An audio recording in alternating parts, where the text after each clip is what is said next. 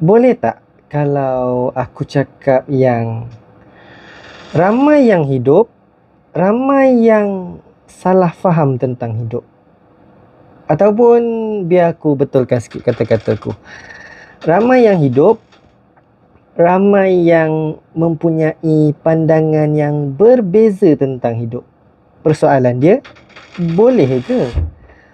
Well, personally, benda tu tak salah pun, sebab kita memang dilahirkan berbeza. Ada banyak perbezaan kalau kita cari.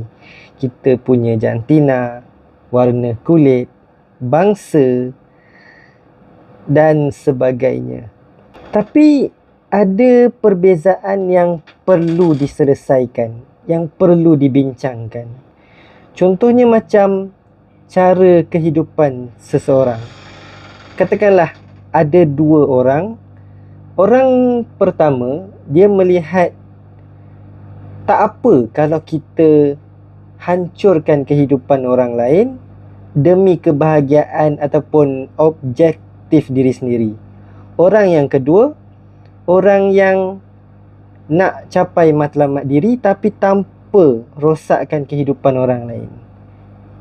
Kedua-dua individu ni, dia punya cara hidup yang berbeza, cara diorang mendefinisikan kehidupan diorang adalah berbeza. Kedua-dua ni akan bertembung bila berlakunya konflik. Contohnya macam kes jenayah, contohnya macam rompakan.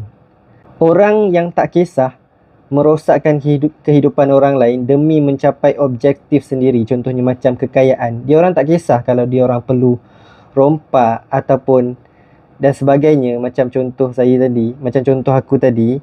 Okey, maka orang yang nakkan kehidupan objektif diri tanpa merosakkan kehidupan orang lain, diorang akan terganggu. So kedua-dua perbezaan ni perlu diselesaikan.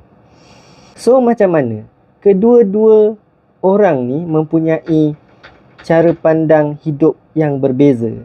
Macam mana kita nak selesaikan isu ni? Pada pandangan aku, cara untuk kita selesaikan masalah ini adalah dengan cara kita berfikir. Setiap orang ada definisi tentang hidup diorang sendiri.